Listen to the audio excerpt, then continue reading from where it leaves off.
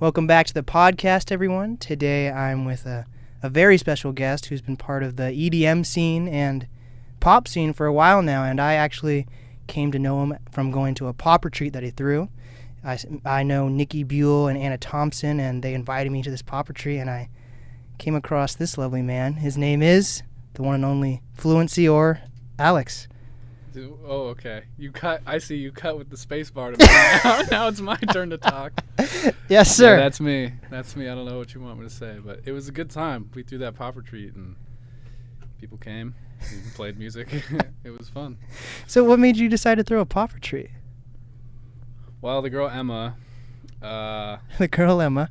that was there, she was leaving, and now she is gone. She's in San Francisco. Oh, that's the doctor girl who's also a musician. Yeah, she's not a doctor. She's a biologist. She's going to get her PhD. That's wild. So doctorate, yeah, similar. She was moving away, and she was like, "Oh my God, like I'm gonna miss all my Seattle friends. How do I see them all?" Like, and then we were like, "Oh, we should just throw a show." Oh. So that's where it started, and then we like rented that Airbnb, and from there it just kind of grew legs, and people were just like, "Hey, I don't know." Bro, that Airbnb was the funniest thing. The people that owned that place were so... Yeah. Tell the audience the fucking... There was this dude with like a Speedo, and what was his name? Bob? Oh, God, He's like a hippie man, 55 years old, owns an Airbnb, and like, I thought at first he was going to hang out with us. Yeah. You know, man in a tight Speedo. And he had a fucking necktie. He was just wearing a Speedo and a necktie. Oh, he had a necktie? I forgot about the necktie. Jesus. That shit was wild. But yeah, he came up like halfway because it was like a pop retreat, so... How do I, like, people... It was kind of like a party, but also people spent the night and people performed. And during the performance section, he came up with this like fake inflatable camera and started taking fake pictures. Yeah. That shit was... That was funny. It was a little weird, but it was fine. He just didn't ask, you know? Normally you get a press pass.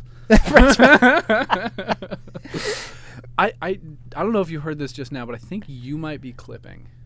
Clipping? Yeah, like your audio. Audio?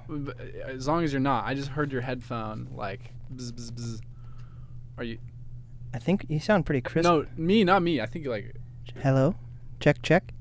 Microphone. It was just when you laughed. Haha. Oh, we also put limiters on afterwards. Oh, okay. You got a limiter. This is a full-on podcast studio, Heck my yeah. man. All right. I just wanted to make sure you were all good. But I am using a keyboard to switch cameras because I'm that cool of a guy. It's honestly, respect. Like, I would be distracted as fuck. I'd be like, oops, I forgot what I'm doing. I'm just hanging out. So. Yes, sir. I wanted to ask you before we started all this official intro stuff. What podcasts inspire you? Like, what do you listen to? Oh, shit. So when I first began... Well, actually, it's going to be a long story. That's good. Okay. What do we so, do? Yeah. I grew up listening to 92.5 with Brooke and Jubal. In the morning. Yes, sir. No longer a thing, though. Now it's Brooke and Jeffrey yeah, in the morning. Fucking it should have been Brooke and Jose. But they switched instead of going for the second mic, they went to the third mic, Young Jeffrey. Yes. Anyways. Yeah. I was part of a radio program in my high school, and on Mercer Island. And Mercer Island's only 5 minutes away from Factoria, and that's where 92.5 is located. I see. So basically, I was part of the radio class, and one of our assignments was to interview one of your idols. Oh, cool. So I interviewed Brooke and Jubal because they were together. Yeah, it was. And they did it. Yeah. Wow. It was dope, and basically, I also had applied for a job opening there, and within a week of doing that interview, I got hired at the station. Oh, shit. So then I was like, oh, shit, radio is something I really want to do. But then I, learned more about radio and, commercial radio and, how even though I wasn't part of the scene at that point, I felt, this urge to, help, local artists, right? Mm-hmm. So when I was there, I realized commercial radio is all about numbers and making money, and you can't support the local scene because there's, as harsh as it sounds, there's no money in the local scene when it comes to radio, at least. Yeah. So I just realized it wasn't really what I wanted to do, and plus, when you're a radio host, you're kind of a commercial clown, honestly. Yeah. One of my questions was, were they as kind of overly dramatic as they are on the show, or are they just way more chill when you interviewed them? They're really way more chill, which is kind of cool and weird. I like with my podcast. I've been talking to like my close friends and family about it. Like for some reason, people think I'm a very serious person, even on the podcast, but I'm not. Like I've literally one of my previous guests DM'd me, and he was from Philadelphia, so it was cool to interview someone outside of the state. Yeah. But he DM'd me like a week or two later after the podcast. He's like, I think you need a co-host so that you lighten up the mood and it's more funny. I'm like, what? I thought I'm a silly guy. Yeah. And fuck him, man. Like, if you're enjoying it. Yeah, I am. So there you go. The thing is, I feel like with podcasts, you can be yourself versus radio, you can't really be yourself. You're kind of stuck to what Well, on the radio, think about your audience, right? Yeah. The audience for podcasts, people throw it on in the car or while they're at work or whatever. They want to get to know you a little bit. Yeah. They're just going to sit down and listen to it, and they're not necessarily going to, be jumping back and forth all over the place. But if you're on a radio, you're clicking a button, you're clicking the next button, and you're going to, stick to, some, smooth jazz.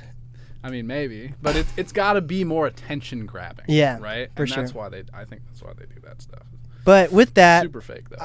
Definitely. So fake. With that, I always listened to 92.5 until I started working for them, and then I've always been listening until a year or two ago. I was always listening to the Breakfast Club because I've always been a huge hip hop guy. Yeah. So I truly enjoyed the Breakfast Club. Charlemagne, Angela Yee. Oh yeah. I do. I love the Breakfast Club. They interview so many artists. Yes. Yeah. But I felt like even after being in radio and then understanding their radio show, once you've seen one radio show, you've kind of seen them all when you're actually in the business kind of. So I was like, I really like Charlemagne, but I don't really like the show anymore. What? And then I found out he had a podcast. So he has a podcast called The Brilliant Idiot, which is him and Andrew Schultz, who's a comedian. Andrew Schultz. I love Andrew Schultz. I was just listening to him on the controversial Joe Rogan podcast. Oh yeah, dude, the part where he was so funny on that shit. You listen to that? Yeah, Andrew Schultz is my favorite. So dude. Flagrant 2 and Brilliant Idiots are my favorite podcasts. And I listen to Conan every once in a while. Conan's funny. I've never listened to his podcast, but I'm sure it's good. It's good, but that Andrew Schultz thing was hilarious. He was saying, have you listened to the whole thing? Pretty much, yeah, I think so. He was like, what if in North Korea they just don't want us to be there and it's actually a happy-go-lucky place? Some of the best conspiracies ever. I was like, Andrew, I feel you, bro. He had some other crazy ones too. I can't remember, but they have a lot. Him and Joe have a lot in common because they talk about fighting and stuff like that.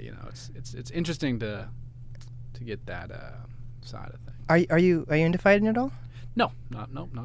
Me neither. I think it's cool. I have family members who are into it. Like my stepdad's actually a jiu-jitsu guy. Oh, really? But I'm not really I'm not a hippie dude whatsoever, but I'd rather use my words to talk. I guess relating hippie and words aren't the same thing. But I was about to say all peace and love, but not everything's peaceful and love. But I feel like I'd rather use my words to get across to people. But then people would say some people don't care what you have to say, and they rather use their fist or whatever. But yeah. Depends on what you like, man. But I'm going boxing, I think, tomorrow. Oh shit! So that'll be the first time I've done any fighting type stuff in probably 5 years. So you have done fighting before? No, I just bought. I went to Western, for college, Western Washington University, and they just have a gym that's fantastic. Let's bring the mic a little closer, by the way. Oh, okay. Like Joe Rogan says, a fist away. What up, baby? How's everybody doing? Yeah, I just used to punch the bag, punching bag. So. Used to punch the old good old bag. Yeah, it was fun. My buddy Noah Gamache would do it. So. Yeah, so cool. That's what I love podcasts. I was listening to Armchair Expert with Dax Shepard on the way over here. Do you know that one? Yeah, that's dope. Yeah, do you know that one? Yeah, I've heard of it. I haven't listened to it, but I've heard of it. He's interviewing Matt Damon. I need to check that out. Dude, Matt Damon's dope.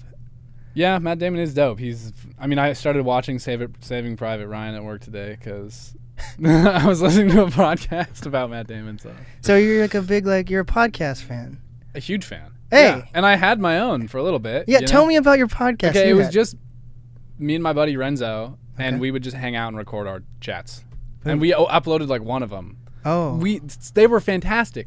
You know what I mean? But neither of us really had any aspirational dreams. It was just a good reason to sit down and connect. Yeah. So we would do that, and it's funny. There's like a flow to it, you know. It's like 20 minutes, 30 minutes to get into it, and then once you're in it, you're like, damn, we going. Yes. You know, it's like I feel like it helps with like communication skills too. Oh, are you kidding me? Yeah, it's so good. I've had some, especially when I first started.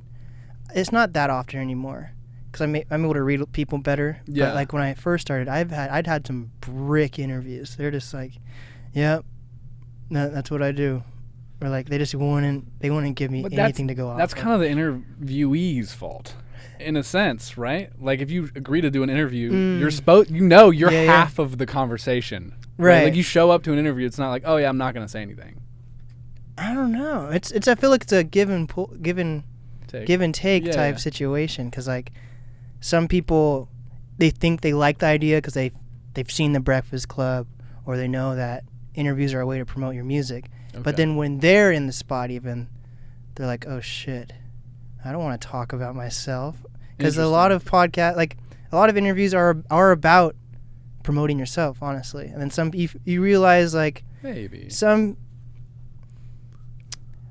like for my podcast at least, I don't think I try to make it so it's more of like a fun conversation versus just promoting something. Yeah. But the stereotypical like interview, when you think of a celebrity being interviewed or something, it's to promote their music, their movie, concert, whatever it is. Yeah, you're right. So I feel like, I don't know. I feel like when I first started the podcast, especially because I didn't really have a name at first, people didn't know what to expect, but also they thought it would be more like The Breakfast Club, but then when they are on the show, they're like, what the fuck am I supposed to say? Because some people, especially because of hip-hop, I'm more hip-hop, so like people are like exaggerate what they do, and they're like, yeah, I'm killing grandmas and I'm smiling and then hanging out with my bros, but maybe they're not. Oh man. but they're not really comfortable with themselves, and they're just saying random shit. Yeah. So then when they come on the show, they actually have nothing to say. It's just some people are bricks and not actually outgoing, and then you've learned that as being a podcast host. Yeah. And that's how I've gotten definitely better at choosing my guest overall. Yeah. It's important, right? Yes. Who you have on. Yeah. I mean, I don't know. I think what you were saying about the grandma. No, that's funny as fuck though. That people come on and they're just like, yeah, bro, I killed my grandma. Like, yeah, dog, and I took her chains. Like, took her dentures and all of that. And I pawned them for my fucking rollie. Yeah, what you were saying about, oh man, that was too funny. Now I lost my train of thought. What were you talking about? We were talking about bricks, like people that are, I don't know. It is. People not being comfortable with themselves. Yeah, but that's a cool thing about what you do. Like, because you're an EDM producer, is that fair to say? I do a lot of things. I mean, EDM production is one of them. Yeah. But you can't really lie when you're mixing instruments and is having like you're making genuine like music and sounds versus. Well, no, you can't lie. But okay, first of all, I don't think any rap that is ever any good is full of lies. Right? It might be like a cap, you know, like a lie, I guess. Cap emoji. But exactly.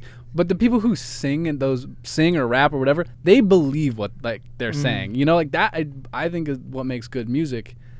Time and time again, every single time, it sounds and is an honest expression of self. That's just what good music is. Like, it doesn't matter. What about like breakup songs? Do you think all breakup songs are actual experiences, or do you think some of them are stories? I think whether or not you're feeling that way in the moment, I think a good song, like a good breakup song, most of the people who have sang a good breakup song have experienced a pretty hard breakup. And maybe there are some people who are just really good actors, you know, because I think that is, you know, there are people who are good actors, like fucking actors. Whoa, you know? Yeah. Oh, shit. Yeah. And then you know, there are people who do like Broadway, musical stuff and like that kind of stuff. You know, you're putting yourself in a character, so you're expressing through a character. But I think at the end of the day, there is some honesty that you have to tap into. And for the artists that I like, I think it's generally more tied to their actual experience. I think that is really what connects me to a lot of the music that I like. And what music do you like? that kind of music where it feels like an honest expression of that actual person's life. But how can you tell if it's like a real person's experiences? I can't really necessarily, but that's just the feeling. Like if when I hear their intonation, like you can tell when somebody's saying something with their chest and that they're not like lying to you. You know, I think I feel like maybe there are people who are good liars, but like sociopaths. Yeah, right. Like I don't know, but most of the times, like, what do you think? Do you think you can tell when people are lying or like just not telling the truth 100%? Oh shit, I don't know. I feel like I can tell when someone in general is like a sketchy person. They give off a sketchy energy, but like if someone seems like a trustworthy person but they're good at lying, I might not know. Like That's I fair. can't if someone's just like it depends on what it is. Like I get uncomfortable when I lie, right? Yeah. Do you get uncomfortable? I look around or my voice gets higher than it already is. I swear, maybe it's just, I mean, this is insanity, but I feel like other people are really good at picking up on how you're feeling, like if that makes sense. You know, like if I feel a little off, I feel like everybody around me can kind of tell. So is that a talent to like do a good lie? I don't know if it's a talent. Maybe. I wouldn't call it a talent. I feel like that's probably bad. Like deceiving people is no good, right? It's not, but like it's sort of anything could be a talent. Like I don't think I'm good at that. Me neither. I hope you're not good. Yeah, I'm not. I'm a terrible liar. So let's get into the pop scene. Actually, I think that's really dope that you've tapped in. Have you always been tapped into like this pop realm? Maybe. I don't know. I mean, I guess I don't really make as much music anymore. I work full time, so it's like a different life than making music. So have you like given up on music? No, definitely not. But like I'm 25. I've made music seriously for 9 years, and I had like a decent amount of success. But like, you hit a certain age, and I want to have kids at some point. Like I don't know when, and I'm not in any rush. But like in my head, I was starting to get anxious, man. I was like, damn, like this music shit is not working out for me. Your biological clock's ticking. No. Damn it. I know. I feel like I have all these thoughts too early. But like that's just where my mind went, you know? And like I had to listen to that because you can't, like I listen to myself. I make good music. So I have to listen to myself when my body's like, dog, like this isn't working for you anymore. Oh, shit. You know? Was that scary to realize? It just happens. It just happens gradually, right? Like things change. Like people go through a million different stages in their life, and you just gotta like go with the flow, you know. So, is there a certain age when you already know you're not gonna?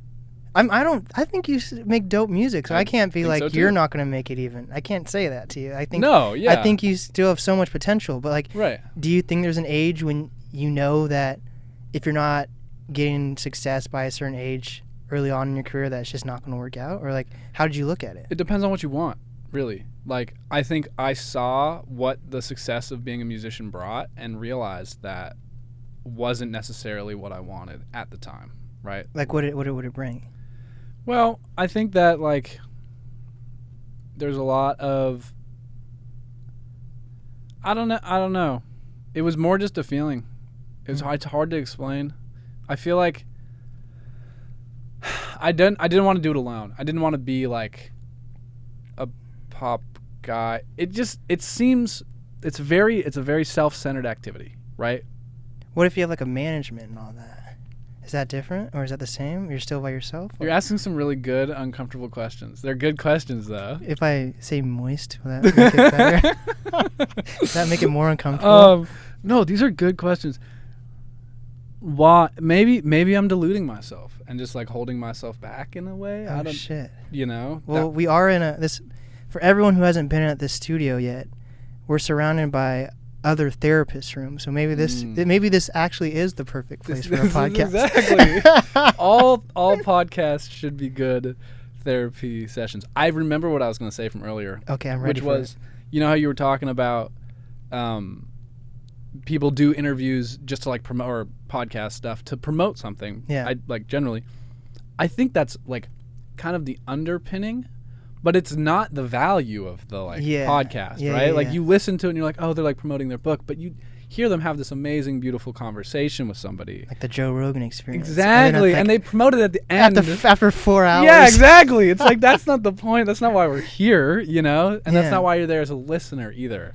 So I just thought that was important. No, I agree with that. I feel also, I love interviewing artists, and I feel like before the pandemic, I've definitely seen like a shift in how I do interviews, because I feel like I've taken it upon myself. Like before, okay, how do I phrase this? Yeah. Before the pandemic, people would reach out to me, like even like bigger artists would be like, hey, I'd love to come on your podcast to promote my music.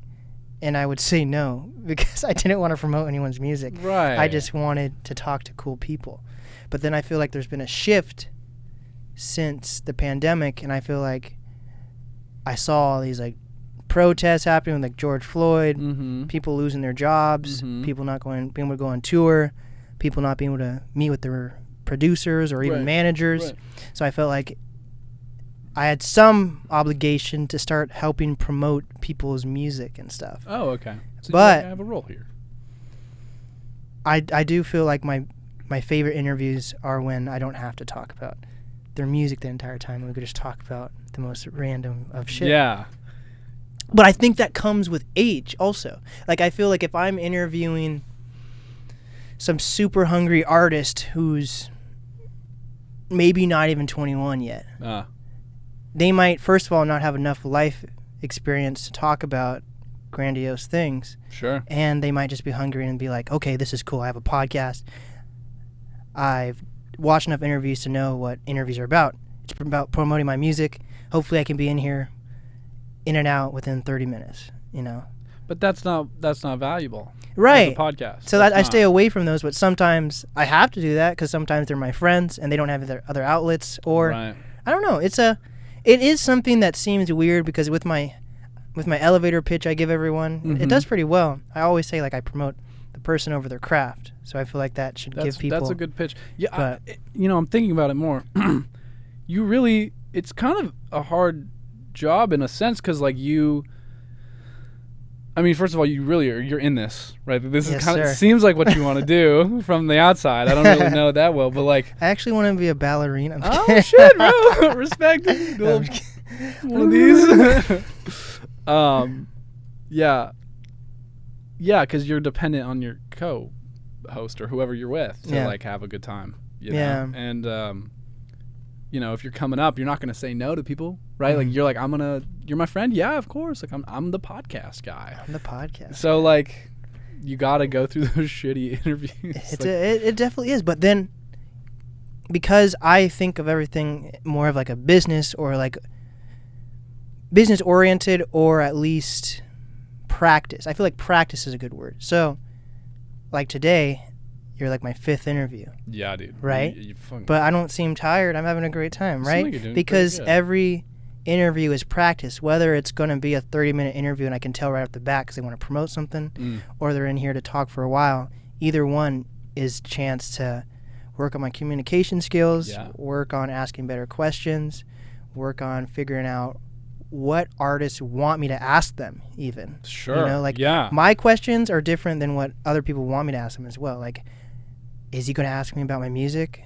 I have to figure out what their goal is. That's just good communication 101, right? Or like you could say like charisma 101, because like people love to talk. I love to talk. I know you love to talk. Yes, like, sir. Everybody loves to be seen. So just asking the right questions is like the best way. Like, dude, it's how I have like my job. That's like how I have my friends. Like that's how anything happens for me in my life, is that I'm good at things, but I'm better at like people.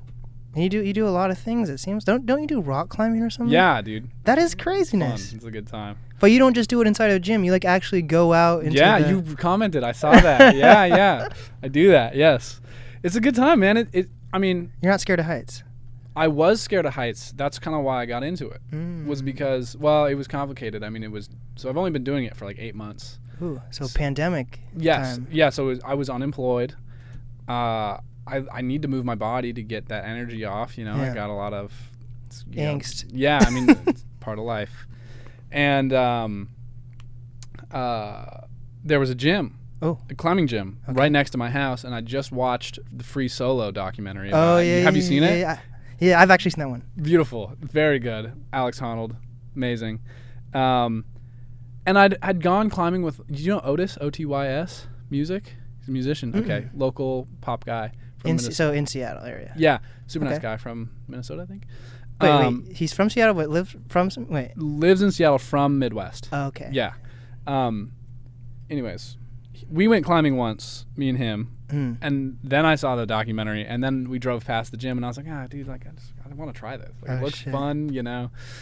And I'd done it in college a bunch, but not like that much, just a little bit. And so me and my friend, we go in, and the only thing that you can do is like the roped climbing outside because it's the pandemic. So when you started, that makes sense. Yeah. I went rock climbing like a couple months, like two months ago, and it was inside. Yeah.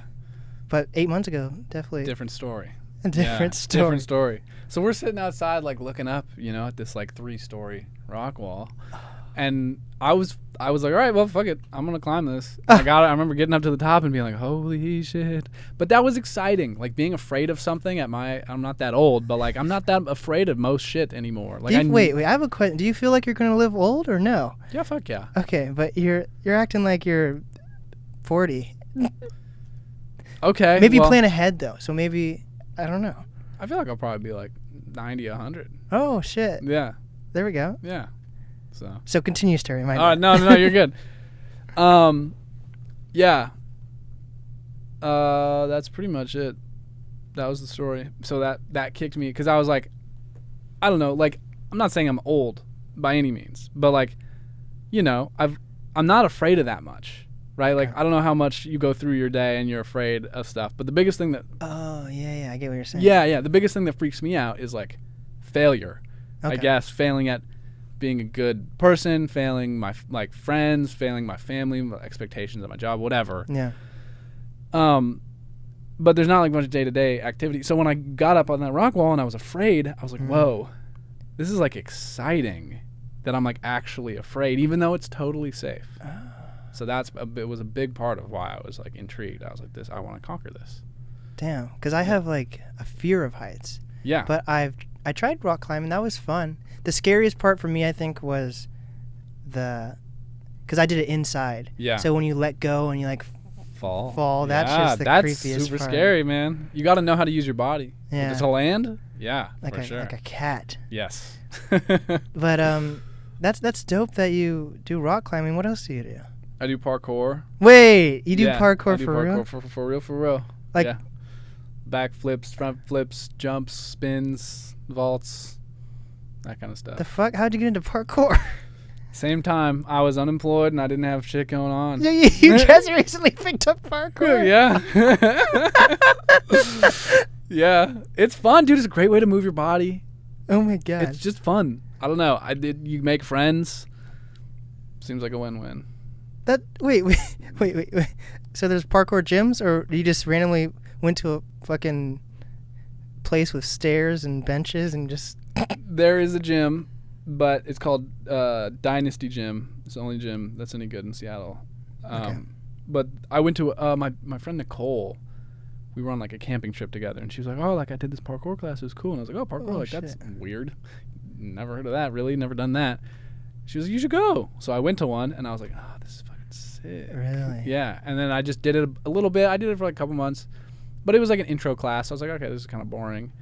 But I joined the parkour Reddit. Oh, I love Reddit. I know, dude. Reddit's the shit, right? So I joined the parkour Reddit, and then I meet this guy. His name's Ari on Reddit. I don't meet him. I just see him doing dope shit. This man, he's like a Greek god, blonde hair, like beautiful. The way he moves his body, you're like, holy shit, this man doesn't have gravity, right? You know, he's just a genius. And I messaged him.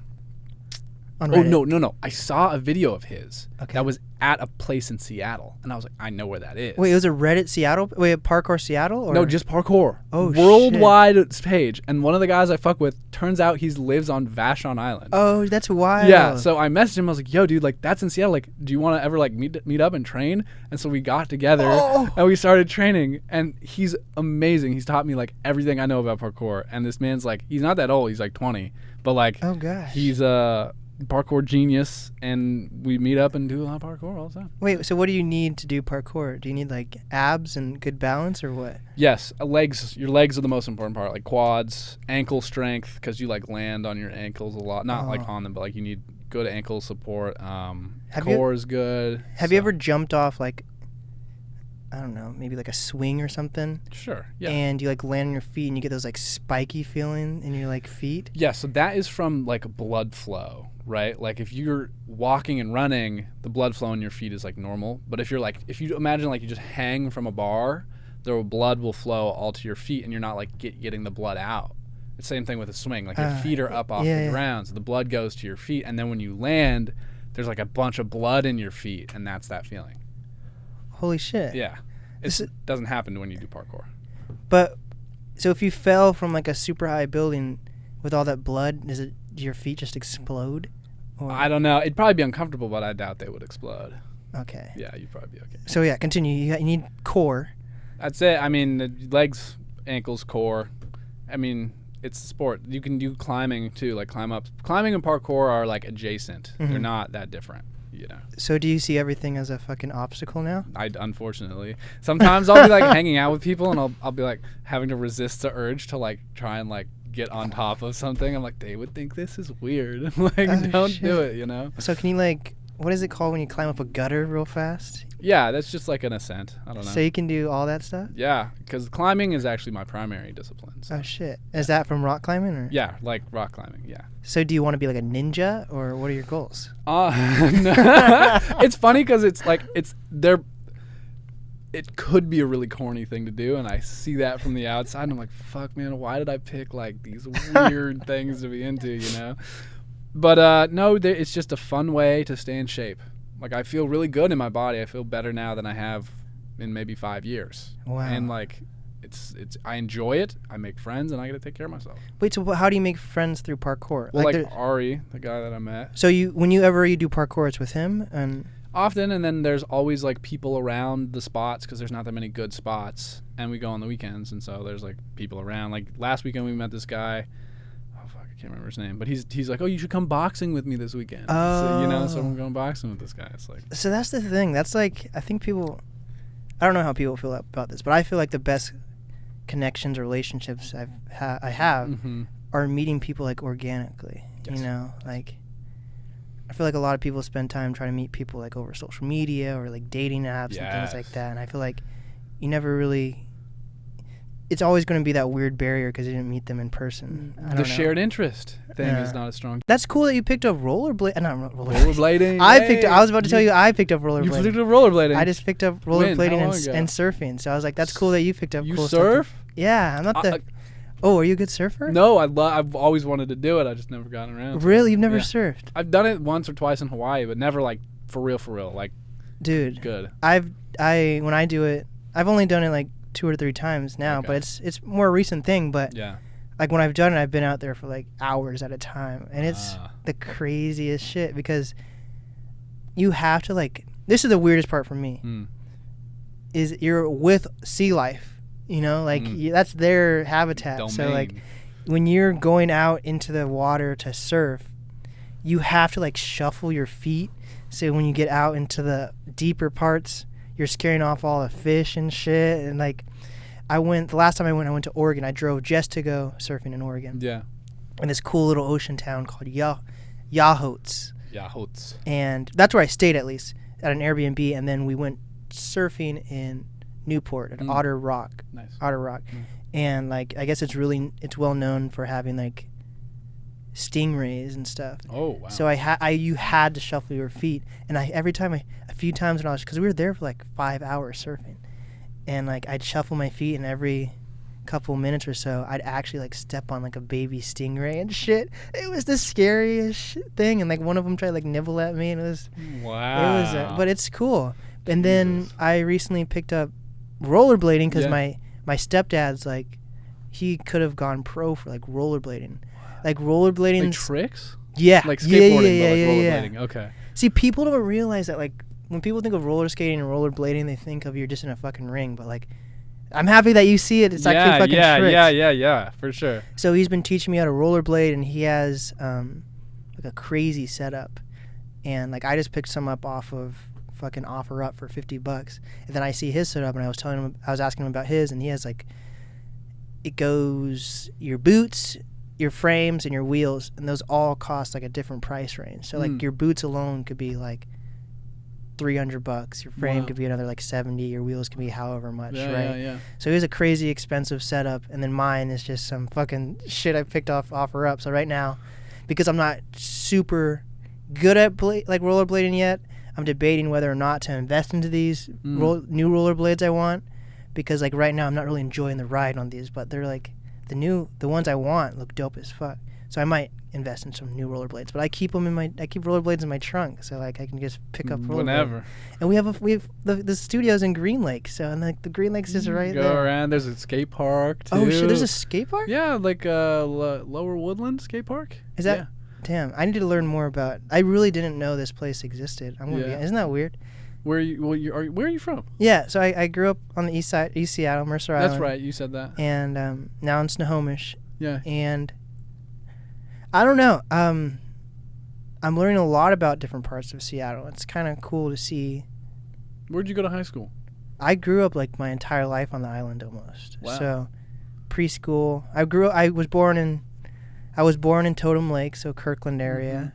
And then by the time I was in preschool, I was on Mercer Island, which is a crazy experience. Like everyone's like, "Oh shit," blah, blah, blah, because like I was like the only black guy, of course, like on the island. It was wild. So like how I see the world is very different than a lot of people see it, and then I feel like well, quantify that a little bit. How so?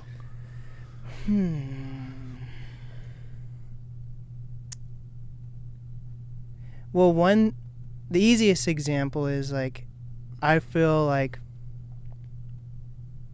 when I think of like my like ethnicity and race, I feel like I'm Jess Blake and I have like more to offer than just like my skin. Yeah. And I don't worry about. I grew up in a place where I didn't have to really worry about my skin, even though I was the only black guy. Yeah. Everyone, because like there's no like everyone relatively makes the same amount of money on Mercer Island. It's like a very wealthy area. So like you've at that point when you have that much money. I'm not saying my family per se was even wealthy, but when you have that much money on a place like Mercer Island, the last thing you're worried about is like money and fighting over shit like that. Like you're on like a different playing field with each other, and you can see each other in a different light. Right.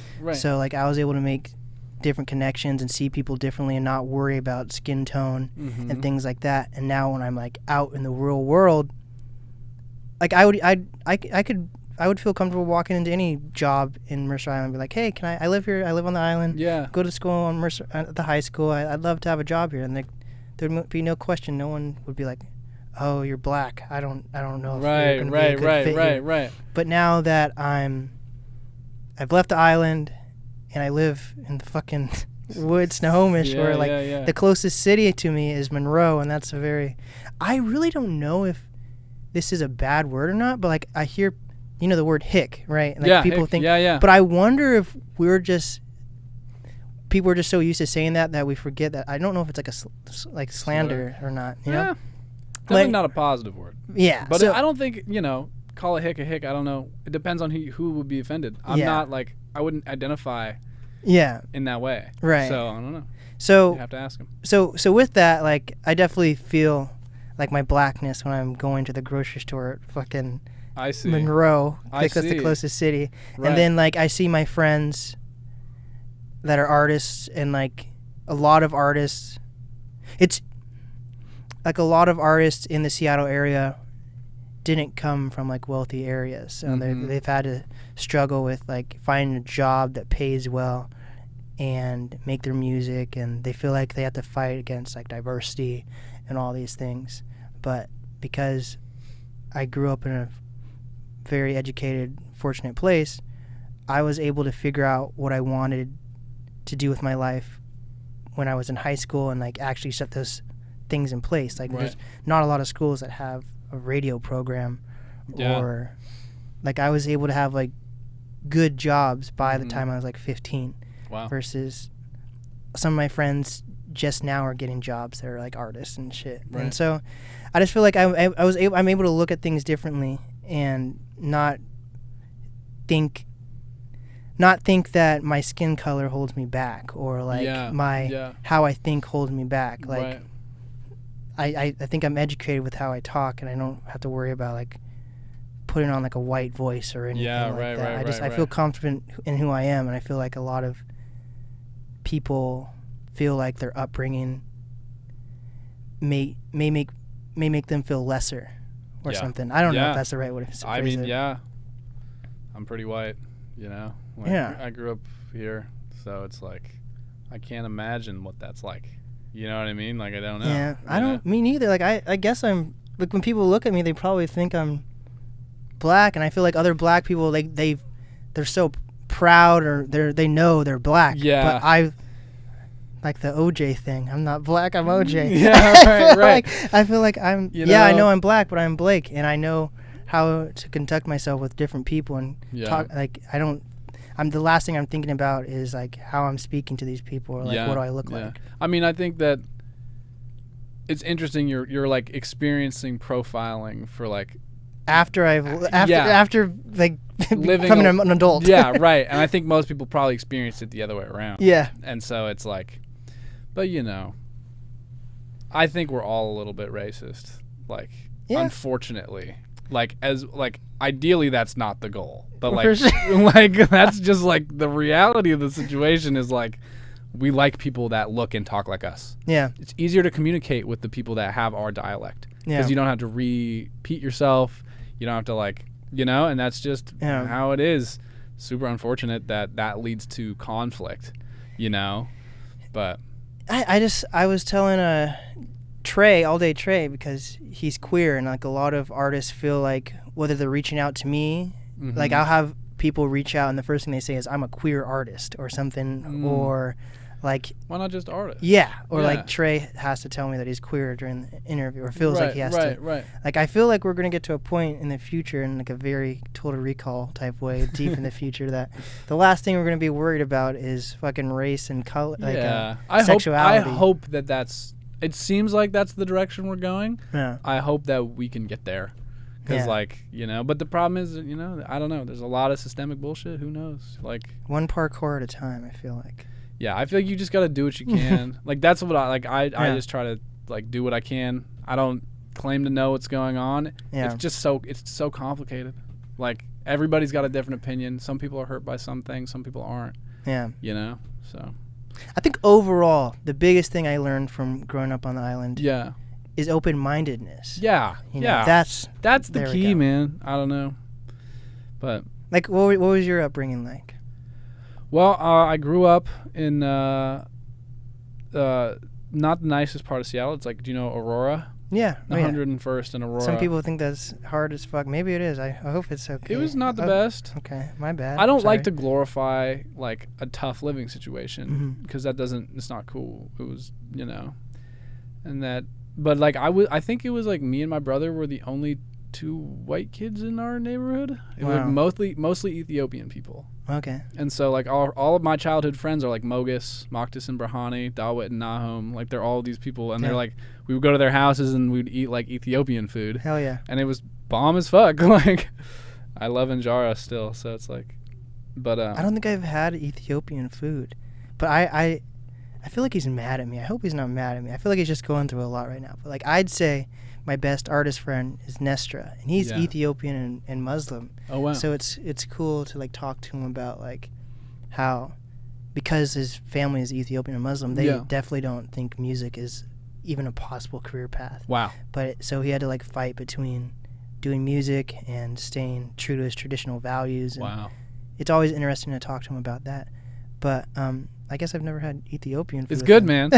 Well, if we hang out again, we should definitely get some Ethiopian food because it's bomb. There's a place, I can't remember what it's called, but it's on Capitol Hill, kind of by Cal Anderson Park. It starts with a Q, and it's like pretty good Ethiopian. QAnon or something. Yes, that's it. Oh my God, the QAnon restaurant. It serves Ethiopian food.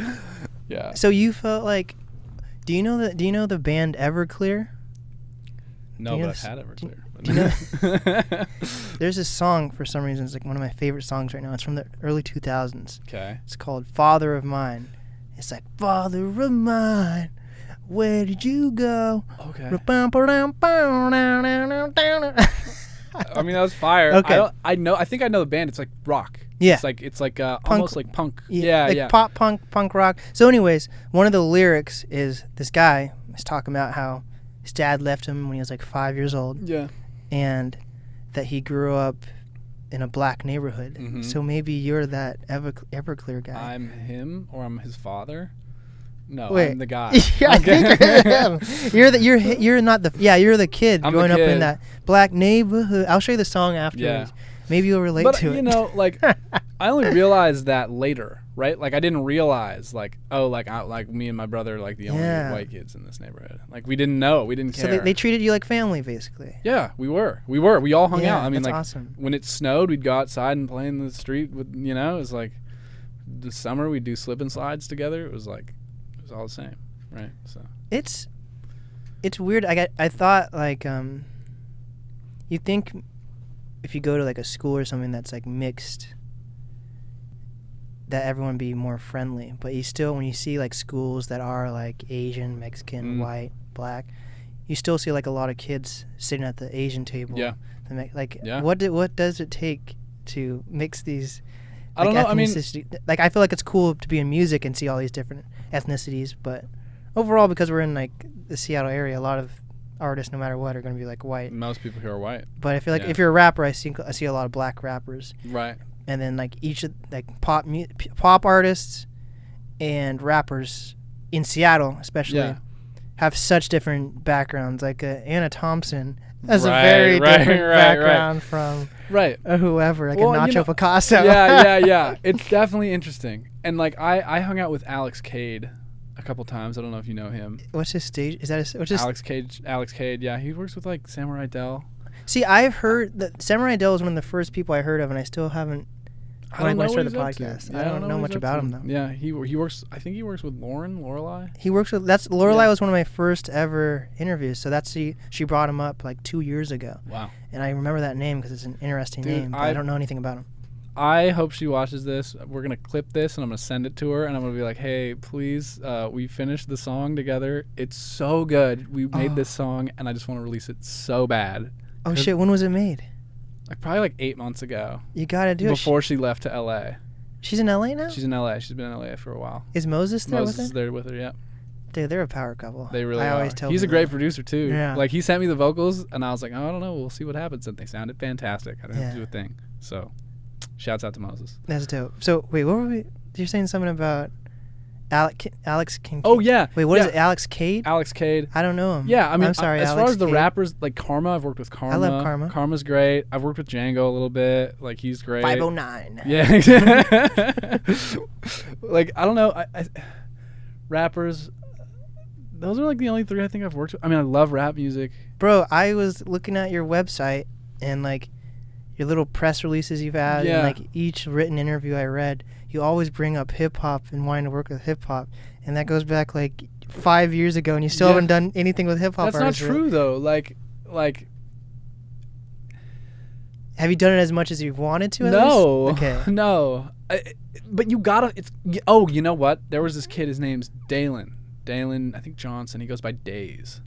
Okay. We made this amazing track called Moon, and it's a rap pop track, and it is fantastic. What about I'm a Dip? That's a rapper. I guess Trey's a rapper, right? So I mean, it's just one of those things. Like, it'll happen if it happens. I'm not. Bro, you need some like gritty ass rappers. That'd be dope. I love like Trap Back 2 by Gucci Mane. Like that is my shit. Like we used to bump that like with big subs in the car. Like it was. You need like a Levitate song when he had on Gunplay and Macintosh. Have you heard that song? I love Macintosh's work too, man. Like all that stuff. You could easily.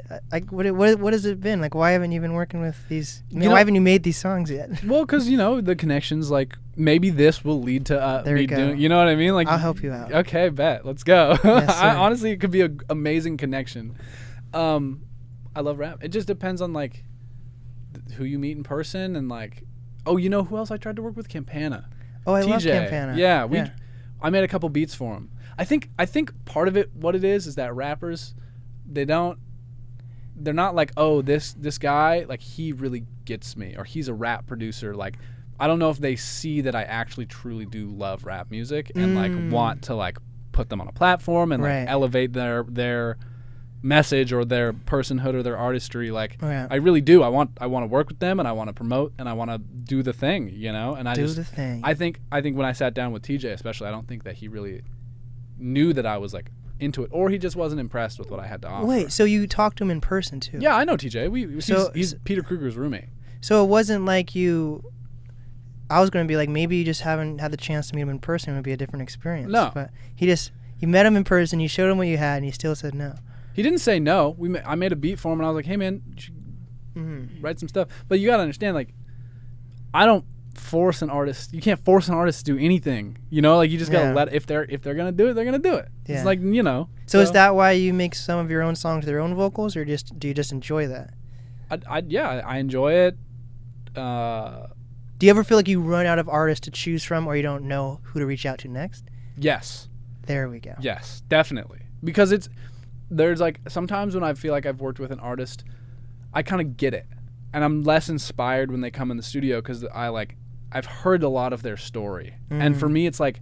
Wait, so because a lot of artists have the same story, or what are you saying? No, I just think that like I'm really inspired by like a person's experience and getting to know someone and learning like a lot about like meeting new people, I guess. And when you get in the studio for the first time with somebody, you have all of your tools at your disposal to impress them, because they don't know anything about your musical.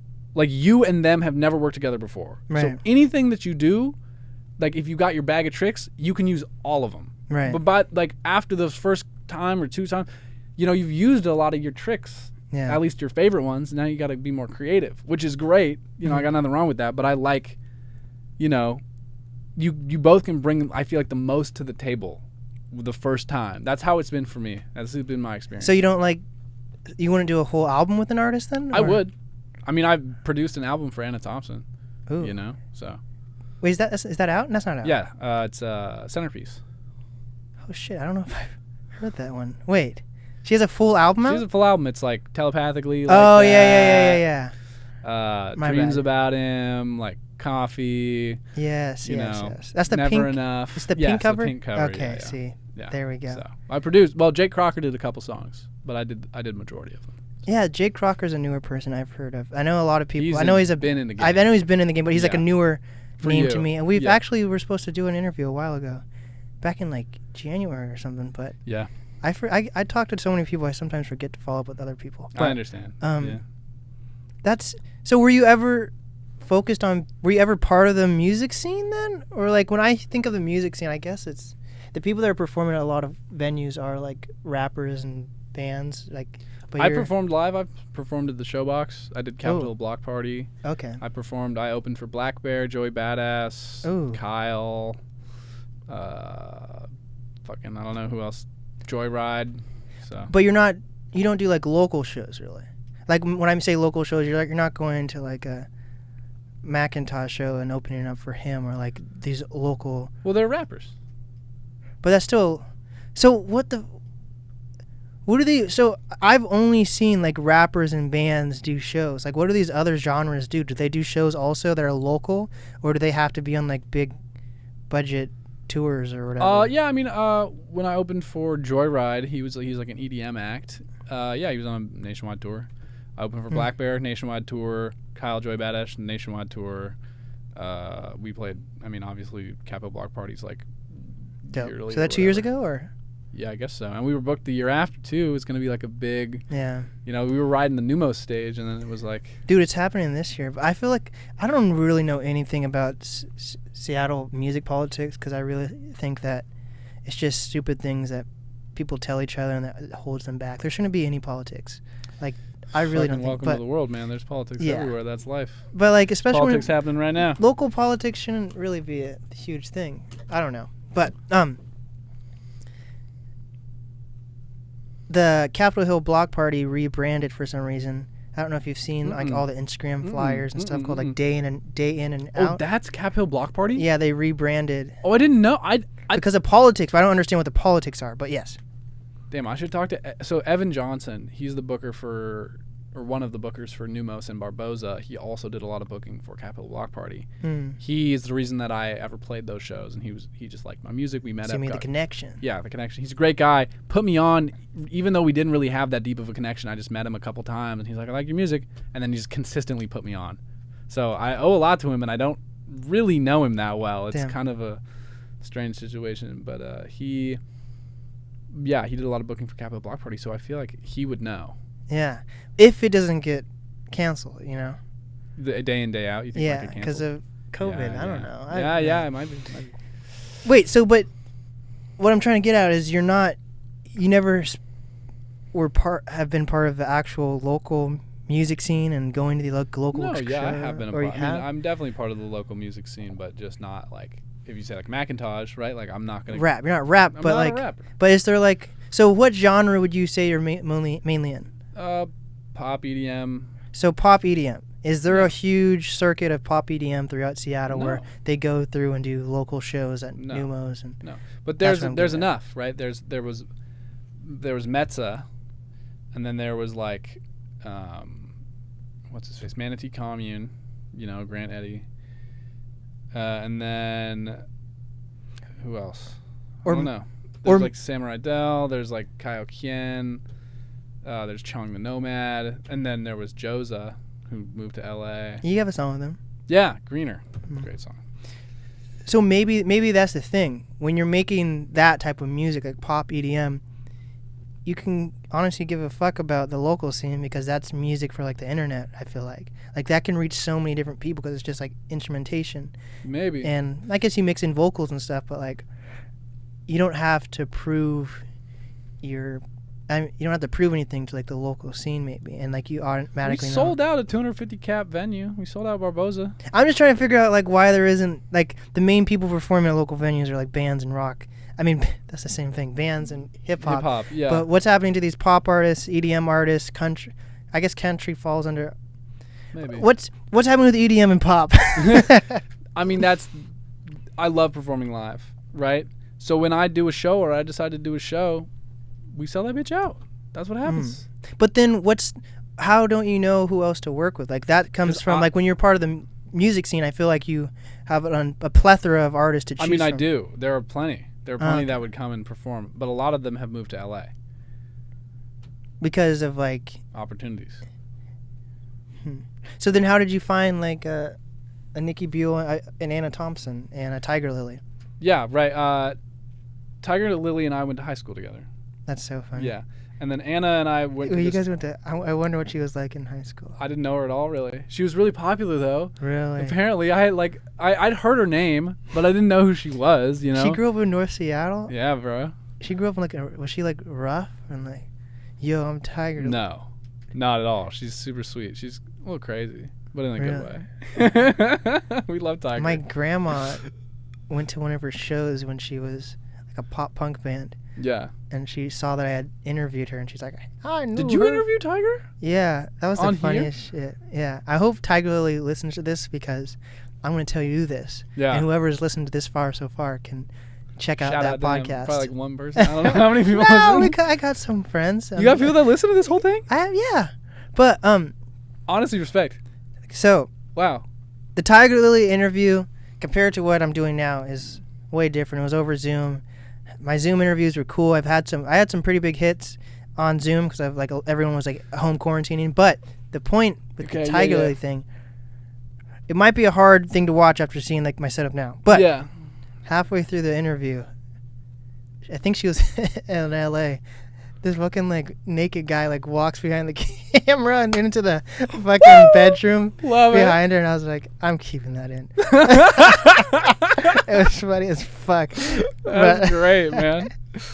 Yeah, I went and stayed with her in LA. Oh. We shot a music video, and dude, it was confusing. She was like high on weed brownies, and just having like a lot of anxiety. But she just did not talk to me for like almost like an hour and a half while we were in the car together, like driving together. I was like, "Are you mad at me? Like, Oh God. what's going on?"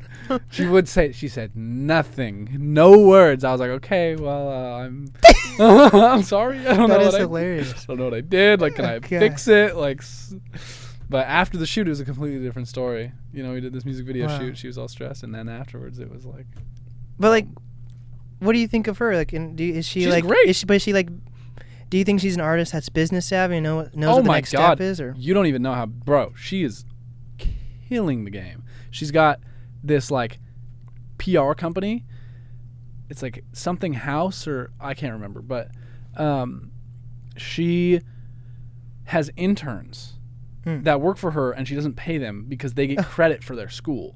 So she has like 18, I think, interns that do PR work for her, that she just delegates a ton of like grunt PR work to, and they do it, and I guess they probably like her, I don't know.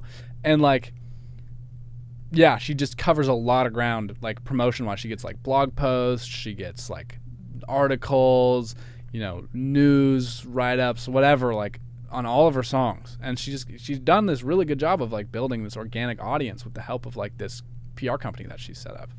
So it takes a lot of work to do something like that, you know, plus making the music. That's dope. She's like a PR, very good at PR.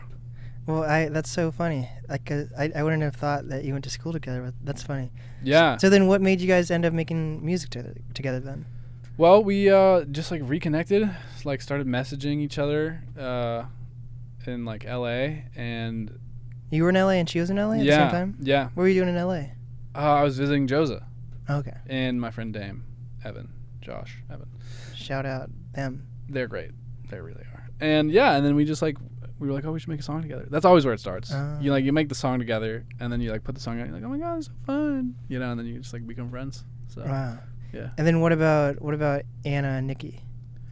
We met at an artist retreat. Or me and Anna did. And then we produced like telepathically her song, and then Oh wait, so what artist retreat was that then? it was LDE3, Last Defense Entertainment. It was this guy Tieran Simon. Never heard of him. He Were there more pop artists there? Was it a pop retreat? yeah. It was kind of like yeah.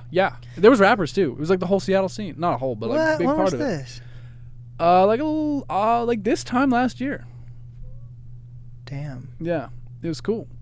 That sounds dope. It was really. Where cool. was it at? It was like this big cabin in Eastern Washington. What? It was really nice. It was like on the water, and there's like paddle boards. And Jesus, I wish I had gone to that. I know. I mean, you know, it wasn't my event, but I would That's have dope. invited you. And so you met Nicky through Anna, I'm guessing. Yes. So that's the life story. And then what intrigues you about Anna to like want to work with her? And She was just a good singer. She knew what she was doing. She was young for some reason, but like. for some reason. I mean, 'cause people who are that good generally aren't that young. That's what I've been realizing too, Yes. because I like a lot of these people I think have their shit together. Yeah. Maybe they do, or maybe they're just. The point is, a lot of these artists that I'm trying to work with in the music scene and have been working with, I'm expecting them to be like closer to my age, Right. but they're like 30 almost. Yeah. And I'm like, yeah. how do I kind of understand what's going on more than you guys do when you're 30? Or like I don't know what They're I just feel like not- people need. There's not enough like communication on steps, so I feel like everyone has to figure out their steps at their own time. But that could be sped up. You think so? 100%. Like if you knew what bands do to tour, or what rappers do to book more local shows or whatever. Like if bands knew what EDM artists do to whatever, Get you know, numbers online. yeah, Instagram all those followers, things. yeah. Like that's why I've spent 2 years solely interviewing hip hop artists. Yeah. So over the past month or two, I've switched to like bands and pop artists. And I'm like, how are none of these other genres in Seattle connecting or whatever? You, it my is? man, are the connection. Hopefully. Yeah, that's it. That you found, like, if you see a missing, that's That's an easy fix, I feel like. yeah. You know, there's you're a the lot guy. of easy fixes, but I feel like people just don't see it. You just gotta step. It just takes stepping back and well, looking at the you've bigger been picture. building this knowledge base. Yeah. This soup, like, through Knowledge. yeah, bro. Fucking knowledge, man. That's real though. Like Yeah. a real experiential knowledge base. It's different from anybody else in the Seattle music scene. Yeah. I think, you're talking about touring or whatever, booking shows. I just don't think that's going to happen here. People are afraid of COVID. Oh, well, right now we're fucked. I don't But, think it's going to go back. I don't ever think it's going to go back. Wait. You don't think touring's ever going to happen again? Not here, What do you mean by here? Seattle. Like in 5 years, touring's not coming back. Can you break that down to me and why you think that? I've said this for over a year. This is not a new idea. Okay, but I've only June known 2020. you I've only known you for how long now? We had a great time on the poverty, though. You're dope, man. That was fun, man. Yeah, that was a great time. That was a good ass time. I would do that whole thing every weekend if I could, man. That was so fun. We'll figure stuff out. I'll help chip in. We'll do another thing, something like Honestly, we should. I know that there's plenty of people around here. It would be Dude. fun to do. Well, like, there's a bunch of people from LA that I know that like are all musicians. They're a little older, but if we could coordinate an event and then they would all fly back, Yeah. and then we could all do it like all at once. Yeah. You know. There's. So, yeah. So what were we saying? We're saying that would be dope. Though. Like proper treats are so yeah. dope. I can't remember what were we talking about. Wait. Bands and connections. Oh, the not coming back, COVID, and the Yeah. shows not coming Yeah. back. Yeah, I've said. I even wrote it down. June 2020. What do you got in your mouth? Poke. I have like a fucking fish. Is it stuck in there? Yeah, You man. toothpick? No, I don't. Fuck. You don't need it? No. Okay. All right. Something smells fishy. I'm just kidding. Yeah, I don't know. I said June 2020. I was like, this is never gonna end, right? The COVID thing, it's here to stay. Why do you think it's here to stay? And then I'll tell you why I feel like it's here to stay.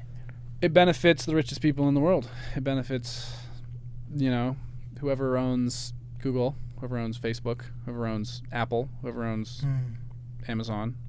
The most powerful, camera things, like digital technology, right? Like Camera. digital technology does not want people in the same physical space because that reduces the amount of people. Yeah. So you think it's less... Maybe the reason why COVID's spreading is because... I always think it was just because people are like against each other and they're like, they just want to do their own thing. And like... That's part of it, right? Human nature. But maybe that's because that's how it was designed through like these apps took advantage of people That's what I being think. selfish. Yes. Yeah, I think 100% think that that's what's happened. And it's interesting because I grew up in Seattle and it's been really hard for me because I'm a really community-oriented kind of guy. And I love seeing people in real life, and that's like a big part of who I am. And, when people are like, oh, like, we can't get together anymore, right? Like that makes it really hard for me to like want to stay here. Yeah. But I'm going to. Why are you going to stay here? It's my home, and this is where my people are. You know what I mean? You people. Exactly. My people, exactly. I don't know. Like, I wish that I was from somewhere like Austin or wherever that like didn't give a fuck about the COVID. But like, but those people are getting railed and they don't even care. That's so, how I don't understand. maybe. This. But like, either way, I'm gonna stay here and I'm gonna ride it out, and I'm gonna do what makes people feel comfortable because this is where my people are. Oh wait. I think I need to back up a step. So you're saying because of the big businesses here in place in Seattle, that's going to prevent touring in Seattle, or do you think touring just in general? I think the culture, because we're really left here, the more left you are, the more afraid of COVID you are. It's just how it is. The more right wing you are, the less afraid of COVID you are. But you think everything has to be political? Or? No, but it is. Right? It doesn't have to be.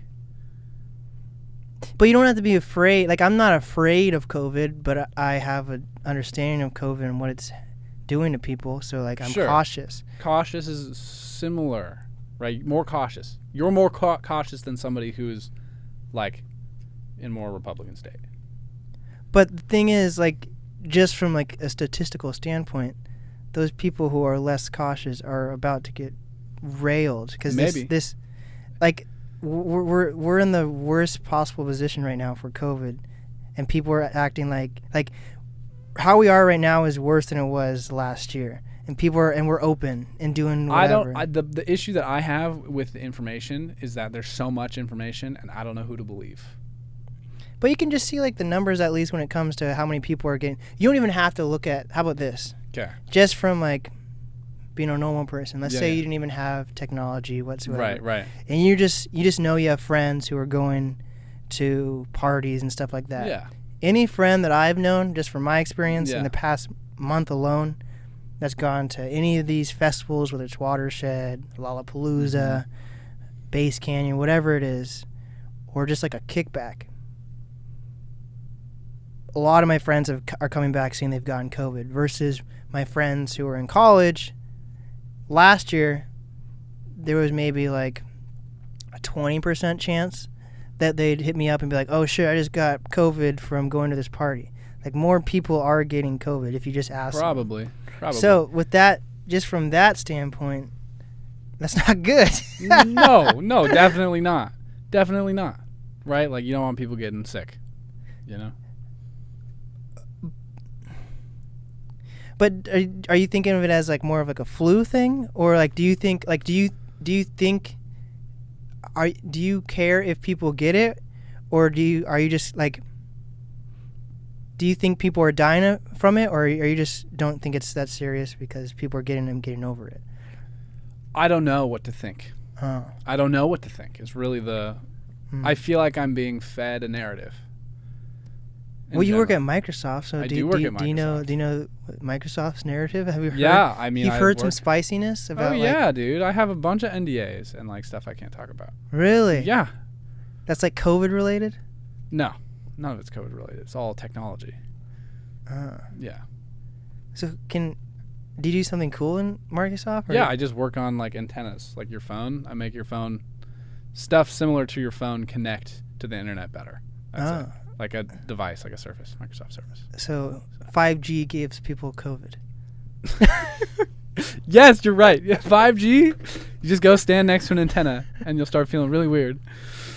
No, I don't think any of that. I don't know. I all I'm saying is that I like getting together with people, and this is a bad place to do it because people are uncomfortable. Not now. It's still okay because you can have your pod, and I feel like I found my pod, and I'm totally cool with staying here. Yeah. When that attitude of like, oh, like I'm really afraid of hanging out with my friends infects my pod, that's when I'll start being like, okay, we'll see. Maybe I have to leave. But why is it because you think it's just because Seattle's a liberal city, that's why it's going to be more like that, or do you think it has any connection with there being more tech businesses out here? I think it's all connected, right? Like the more internet connection you have, the more money you have, the more tech businesses, they're all related to like being more liberal, right? Like farmers, people who grow corn, people who live in the middle of nowhere, that's generally more Republican, right? Smaller communities, people who know like a total less number of people, are generally more Republican. And I don't think that is like a end all be all, right? Like there's plenty of people like I live in a liberal city, I hang out with mostly liberal people, but I have this like one weird kind of Republican view. You know what I mean? And I shouldn't be saying any of this on a podcast because I'm going to oust myself to all of my friends and they're going to fucking not like me. But like at the end of the day, I have to do what my like social group wants. So like, because I want to continue to be a part of that. So you don't think COVID will end because of like money reasons? And yeah, the control that it allows these technology companies to have over people. And it's like, so you think this is very yeah. So in a way, you could you're like trying to keep it together. I'm sorry. you could relate COVID and 9/11 to the same situation then, like how the government took advantage of what happened with 9/11 and used it to their advantage to be able to like track what everyone's doing, and you think people are using COVID as this huge worldwide disaster. Yeah, and do I think 9/11 was fucking terrible, and do I think we should have airport security? Yes. Do I think COVID is fucking terrible and we should all get vaccinated and wear masks?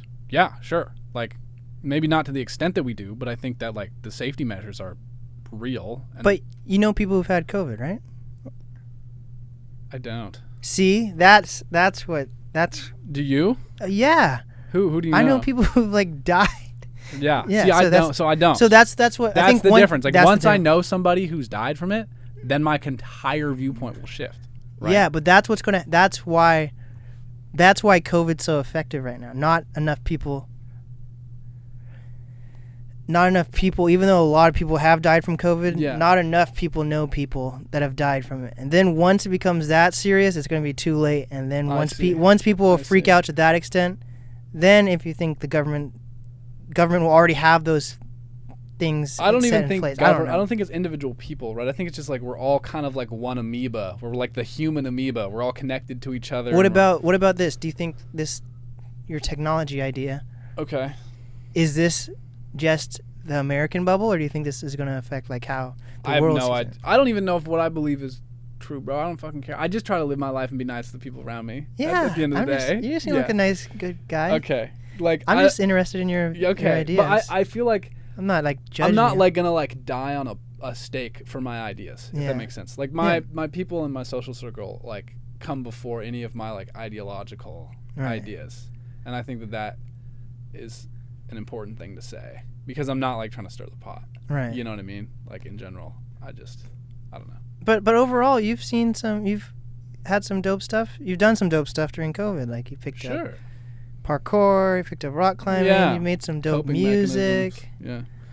Yeah. Like Yeah. It's good. I mean, I'm gonna go out to the bars tonight, so there we go. yeah.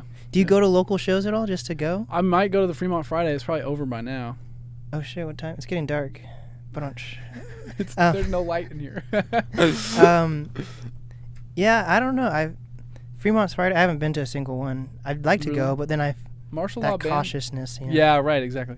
The martial law band, they like had this whole thing. They had this float that they were performing on during COVID, and then they like made it. You know about it? Yeah, I was basically, short story. Mm-hmm. I was, out of just the kindness of my heart, I Yeah. wanted to create like a documentary of everything they did during the pandemic. Cool. But there was like some creative differences, and I decided it was the best just to release everything I had done as a podcast episode. So basically everything that the beginning of everything I wanted to do, it was a way bigger project. But Yeah. I could just see things not going how I wanted it to go. Yeah. So I just released it as a podcast episode, and it's up on the YouTube. On the YouTube. On the YouTube. But yeah, I've been following everything they've been doing. I love Marshall. And the funny thing is, I've only met Marshall realistically like 3 or 4 times. Mm-hmm. But like we've done so many cool things together already. It's kind of dope. funny. It's a good beginning of a friendship. It sounds like. Yeah, there's That's just awesome. there's so many cool people in the Seattle area, and I feel like, I don't know, like I said, it's important to connect all these cool people with each other, because I don't think it's people not wanting to know these other genres or other people. It's just I don't think you're part of your bubble, especially during COVID. Yeah. Do you see yourself staying in Seattle? Bro, I got fucking Seattle tatted on my leg. Let's see it. Ugh. God, it's like the full-on spacing. on Whoa, dude, that's everything. sick. Yeah. So I think I'm. Smith Tower too. Yeah. Nice. So I think I'm here to stay. You think you're but, just, dude, that makes me happy. Yeah. That makes me happy. Good stuff. I think there's a lot of potential here, and like I already do stuff to make sure I don't get stuck in like the local circle jerk and everything. Like yeah. What is the local circle jerk? like there's artists that have been like making music for like 10 plus years and haven't gone anywhere, or people, or like you think there's these like icons or like huge people. Mm-hmm. This is the biggest thing in my opinion. Yeah. How Seattle is set up. This might be every city. There's like how I've seen just the hip hop side at least. I really do kind of feel like bands and the pop artists. I enjoy them more because I feel like there's less ego involved that I've seen so far. Sure. at Yeah. least.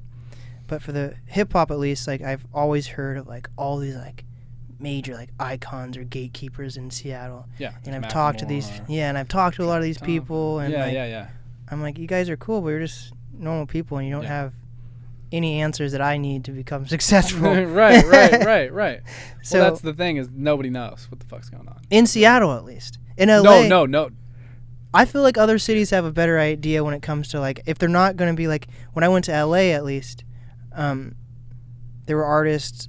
The artists I interviewed at least, I might have just got lucky with the cool artists. But the artists I interviewed, at least, they knew how to make money just being artists, whether it's actually having like promotion companies, clothing lines that actually did well, having like genuine collectives that did different things, whether like one member was an actual videographer that was making money, like screen printing, all this different things. Like they knew how to actually came together and make money. Yeah. And if they had to have a side hustle, they'd do that as well. But like I feel like Seattle, the rap side at least, doesn't know what to do. How to make money. Because that is Yeah. the goal, right? Like Yeah. make money, make a living off of your artistry. I Yeah. think it's just a hard thing to do. I don't think so. I You don't don't think think so? I don't think it's a hard thing to do. Maybe it's a hard thing to do here. I'm 20 and I have no experience in the music industry except this past 2 years. I'd and like, say you're relatively experienced in your own way. well, I appreciate that. Yeah. I feel like this only took me 2 years to become a podcast producer, and that's like been one of my main goals.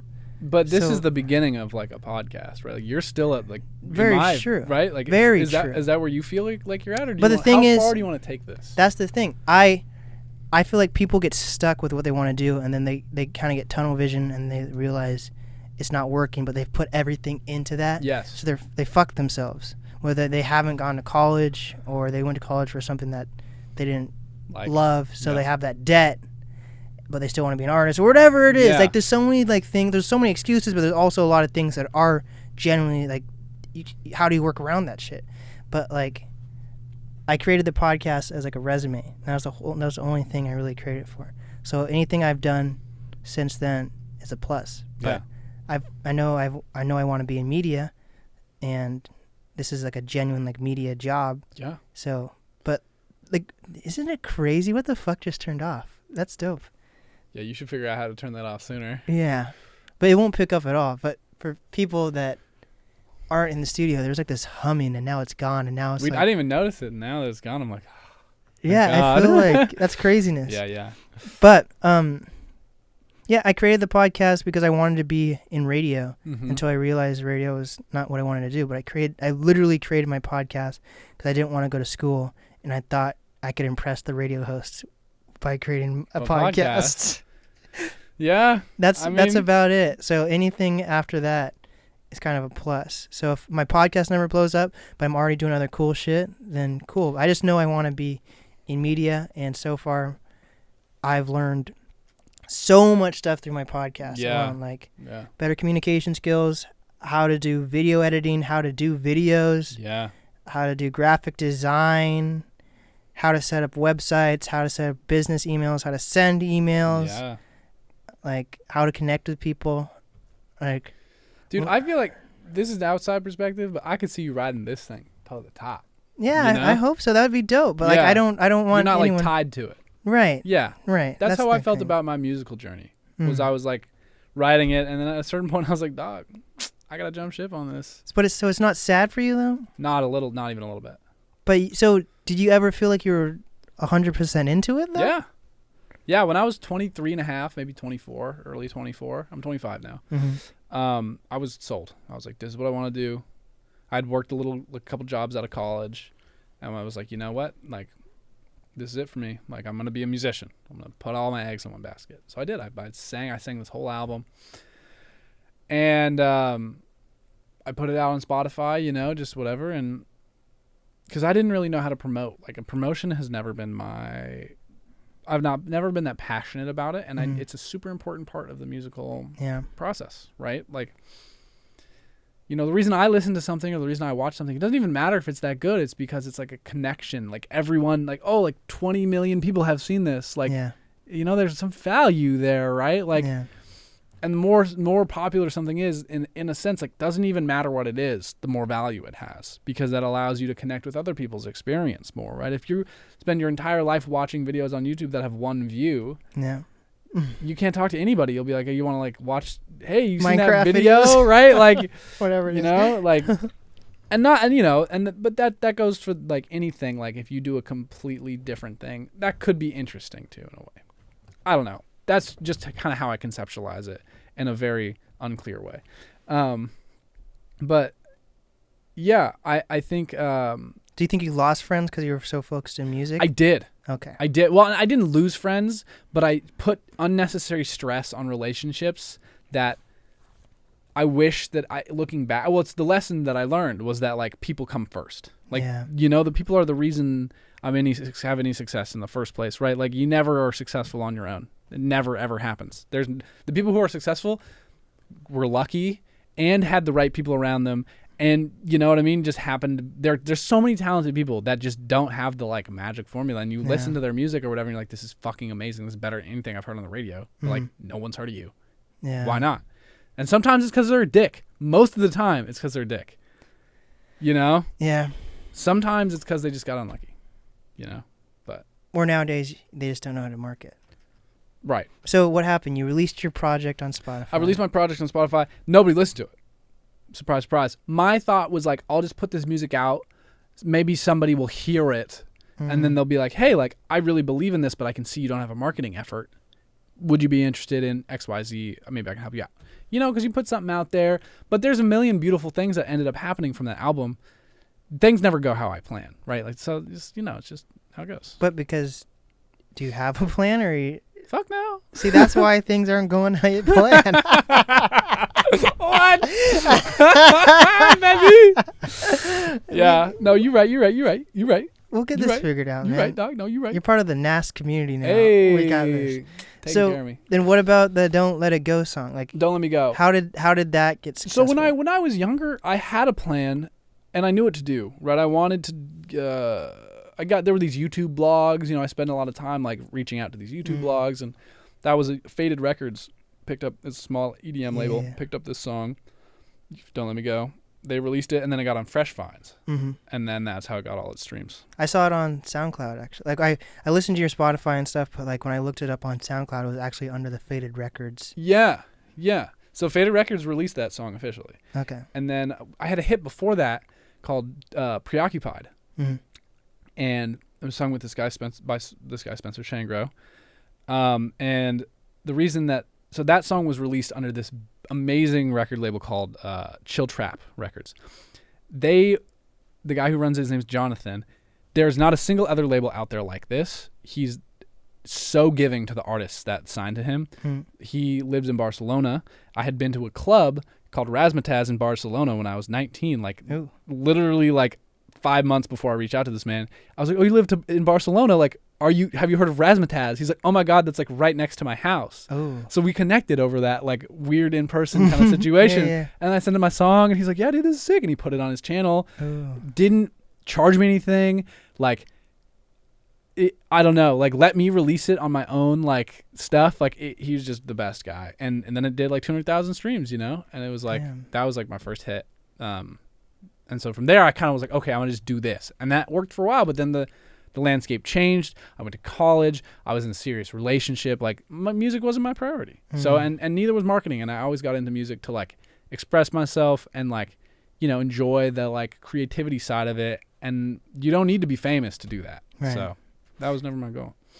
But from, like, a marketing perspective, you could, right now when you're releasing music, you could be releasing music with whoever. You could make a song with some homeless. I guess it's not homeless anymore. That's so weird to me. It's houseless. You could be releasing a song with some houseless person on the corner. Yeah. And have them sing vocals, but you chose like a Tigerlily and an Anna Thompson and a Nicky Buell and an All Day Trey. Right. So you have to probably understand that those are good marketing moves, right? That's why I do it. Part of the reason. Also, those people are fantastic vocalists. Right. But generally, really good vocalists are good at marketing. Okay. Because they're committed. They're, so they do the work. They do the hard work. I just do the music, So what about have you ever had like a manager?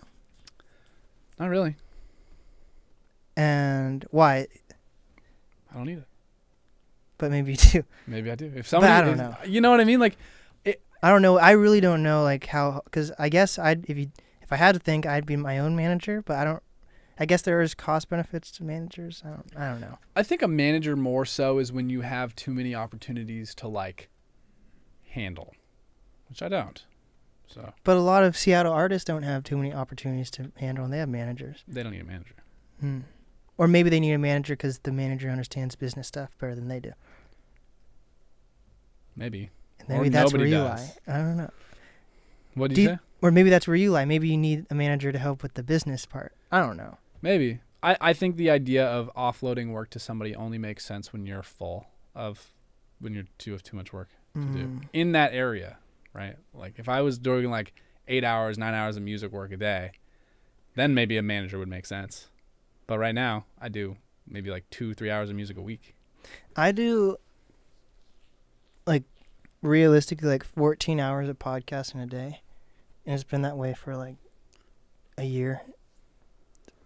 Like, Are you okay? Yeah. It's what I love to do. Like, when I really look at it, I probably do, like, yeah, I probably, How like... do you schedule that? You saying wall to wall? What do you mean? 14 hours.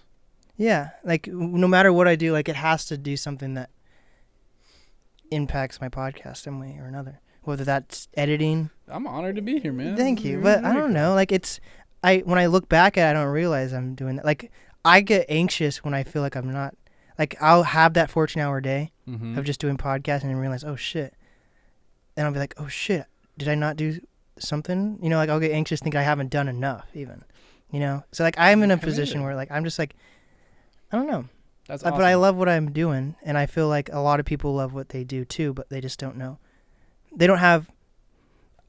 I feel like not enough people have enough other voices telling them what they're doing is right or what's doing wrong. Like they're looking for like support and appreciation from their fans versus like other artists. Because what I've noticed in the Seattle music scene is like you could honestly take any like popular artist in Seattle, if you gather 100 artists that know that one artist, they'll probably those 100 artists will probably say the same thing, like one thing that's wrong with that person. Yeah. That's everyone has the same idea. Thing. Yeah.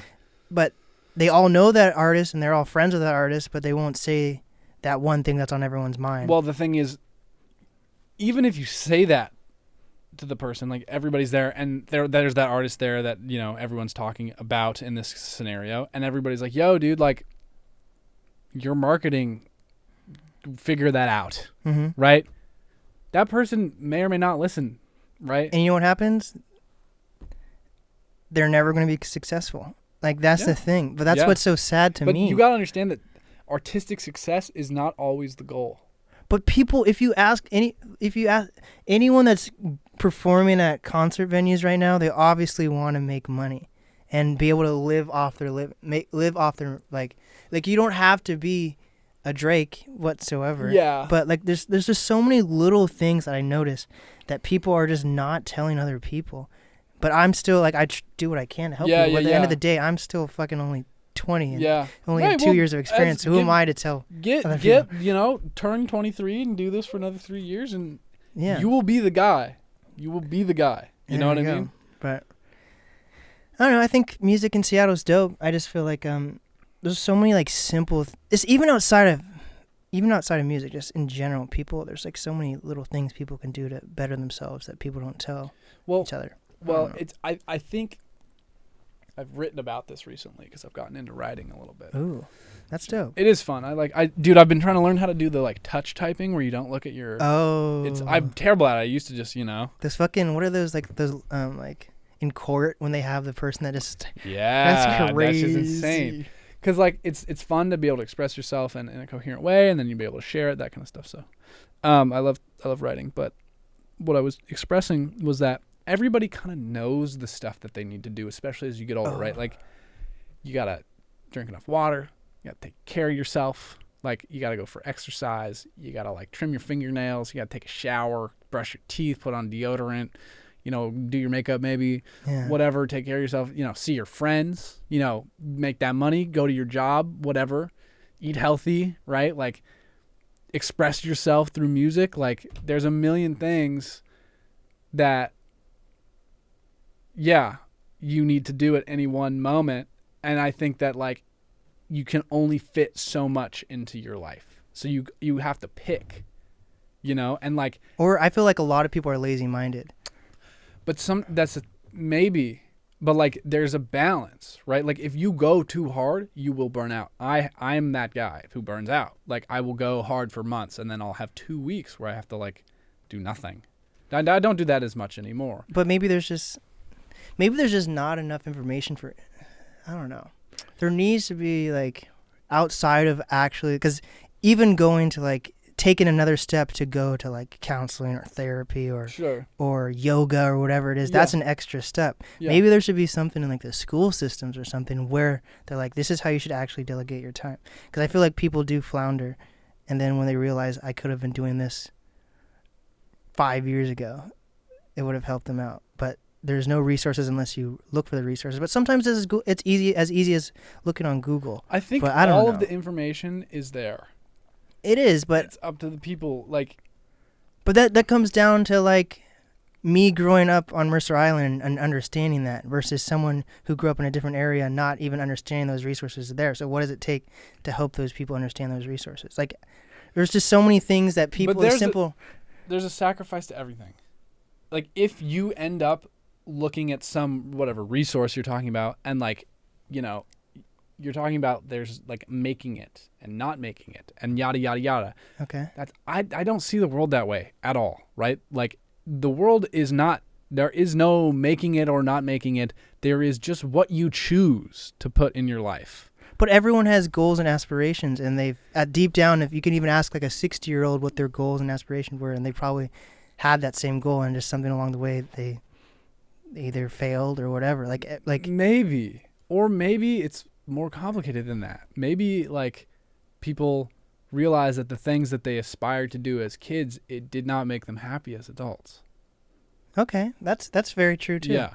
Like, I know my mom, she wanted to be an actor or a singer, you know, but she's like, Marcy, no, which one was it? I don't, both. she liked theater and stuff, and she played the flute too, you know. Ooh, I played clarinet. Sick.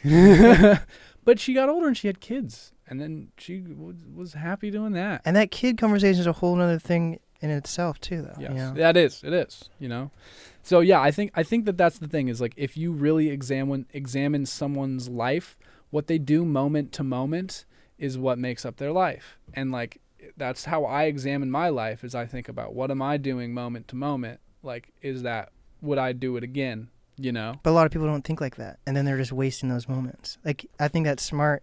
Some people might think it's fucking anxiety driven to like think like that. Yeah, it may be. But and I think you sometimes should think like that. Not enough people think like that, I feel like. Maybe, but I think that there's drawbacks to thinking like that. Like when I'm doing something that I don't deem of value, like if I'm watching, for me it's all media consumption. Like, I don't think that is a value added activity for my life. But partially because I think I have a problem with it, just like a moderation problem. Uh-huh. I'm really hard on myself, and I beat myself up, and I spiral really hard if I'm doing activities that I don't deem valuable. Whereas if somebody who's a little bit more laissez-faire with the way they live their life, they could be doing things that aren't, you know, value added in my worldview, and be totally happy and be fine and just be chilling. But that's just like ignorance is bliss versus actually like dealing with their issues. Like, if you know what your issues are, then why don't, if it's media or whatever, then why don't you just delegate a certain hour or space? If it was that easy, I'd do it. But that's the thing with anything that like is not, I wouldn't want to say addicting, but it is in a sense. It's like, it's society and those oppressive forces above us. Yeah, I don't know. I mean, like, I don't claim, I just think that like, it's an even playing field. It's all neutral. Like, just, you know, right? Just do that. Just hang. We'll figure. I think Seattle will figure it out. I feel like artists, even I do, get caught up in like the artist community and forget there's like just a whole nother. Yeah, dude. Normal people are sick. I fuck with normal people, like not artists. Yeah. You know, because I used to be an artist and I used to be like, oh, this fucking. Just go there 9 to 5s and they fucking go on hikes and no, way more complicated. Yeah, right? Like, but I don't know. So you still probably have aspirations to do well in music, though. I do. That's good then. No, yeah. You got it. Maybe. I think so. Okay. Yeah. Sure. Well, are there any other topics you'd like to touch on, sir? Sir. Yeah, I do. You have any questions for me? I do. I have a lot of questions for you. Mostly about your relationships. Oh, no. I feel like that's private. Exactly. Maybe we can end the podcast? Sure, whatever. Ask me one question that's not relationship based. Okay. There we go. I feel like it's important to keep, like, I don't know, that's just me. Like, relationships are separate from media. I don't know. Everyone has different ideas on how it works. Yeah, I agree. But yeah. If you were to go to college, what would you have gone to college for? Oh, shit. This is a funny story. I went to college for a day. Well, for 30 minutes. Okay. So, I grew up... I moved out of my house when I was like 18. Mm-hmm. My birthday's in November. I moved out in January, so I still had the rest of my senior year. And when I was living at my house, I had these like ridiculous rules that made no sense, and like my family was like, "You're gonna be a." This is the Doctor. but this is the funniest shit. Like I know it's like this is kind of like a stereotype, but yeah. So my family would say I was gonna be a doctor, even though I don't even like science or math. Yeah. So it made no sense. So like I was kind of like told I was gonna be a doctor or something with no background whatsoever. So right. for like up until my senior year, I was kind of like floundering. The best decision I made in high school before senior year was dropping out of like football to actually get an actual job, because I'm a short. Played football. Yeah, I'm a short guy, and like they didn't pick me for a lot of things. It was just wasting my time. Yeah. So the fact that I dropped out of football when I did and was able to get an actual job like a week later. Yeah. I feel like if I hadn't quit football, I wouldn't be here today with you even. Yeah. Butterfly effect. Yeah. But so I had January, February, March, April, May. Yeah, like probably like 6 months after I moved out to figure out what I really wanted to do with my life. Yeah. And I realized I wanted to do radio, but up until those 6 months, my parents had me apply for jobs. I mean, colleges that were like for being a doctor. Right. It was like if I had stayed at my house and like, what the fuck? I don't even know what would happen. So, I realized that's not anything I wanted to do. I wanted to be in radio. Yeah. But I really didn't have... I loved Brook and Jubal so much. I listened to them all the time before I was even a senior in high school, like from middle school on, elementary school on. Wow. I listened to them every day for like, to work out, to just study to. Wow. They were my alarm clock. I was obsessed with 92.5. And then in those 6 months, I interviewed them and I actually figured out what I wanted to do with my life. And as soon as I got that job, I was still a senior in high school, and I had gotten all my like colleges back at that point, and I had rearranged them, so I had gotten the ones I wanted to go to. Right. And I got accepted to all of them I wanted to go to, but I realized there's no radio broadcasting degree in Washington. So once I had been in my radio class and did the interview, interviewed Brooke and all those guys, I decided I wanted to be in radio. But there's no radio class, there's no radio school, so what I would have had to have done was leave my dream job at the time to go to a college when I wasn't even really... I had a tough senior year. Yeah. So I already was kind of done with school. Yeah. So I decided, well, it was already beaten to me that I should go to college to be a successful person. That's how I was going to be successful. Yeah. So I signed up for Bellevue College to do like, what is it? Get your AA? AA, associate's degree. Yeah, like 2 years. Yeah. Yeah. And just get that, and then figure out after those 2 years if anything happened with the radio 92.5, or if I should leave to continue radio broadcasting school. So at least I'd be the station for 2 years. Right. I go for 30 minutes. I go to all my classes just to meet the teachers. I'm just on the campus, just like breathing in like the school and just taking it in. I was like, fuck this. I'm not going to school. I was literally there, just met all my teachers, and I was like, you know what? Fuck this. I had gotten scholarships to go to school. Wow. I had done all these like after school programs to get these scholarships too, and I was like, fuck this. I'm not going to school. So I don't know, man. Shit. So I respect, dude. There's very few people that I think know what they want to do out of high school. Yeah. So, congratulations. So if I had to go to school right now, it would literally just to be how to build up my podcast more, like graphic design, because I make like cover art and like little promo videos on my Instagram and stuff like that. But like I think it'd be cool. Talk to Anna about any of that? She's a great graphic designer. Really? Fantastic. I didn't know that. Yeah, because she doesn't go to school, so. Anna Thompson? She's going to Berkeley. Not anymore. Oh, she officially decided? Yeah, I think so. Wow. So shout out to Anna. Every time you click that, does it switch back and forth? Yeah. Damn, just slap. Yeah, man. Wow. I want Okay. a clicker. But anyways, if I was going to go to school, it'd be for like graphic design or something to help build my Promote your media. But I podcast. wouldn't go to. It would be like a trade thing. But I wouldn't Yeah. be. But yeah. Wow. I'm impressed with your dedication because I always wish that I don't always wish, but I feel like I had it. I had that dedication, especially when I was like 20 or like 19. I was like, and then, it kind of left me a little bit, and I'm fine with that. But, yeah, it would be cool to like live that life, the life of like, an entertainer who's You like, still could, man. I know, but like I've chosen for now to not do that. It could be like Macklemore. He was married and like, I think he had kids by the time.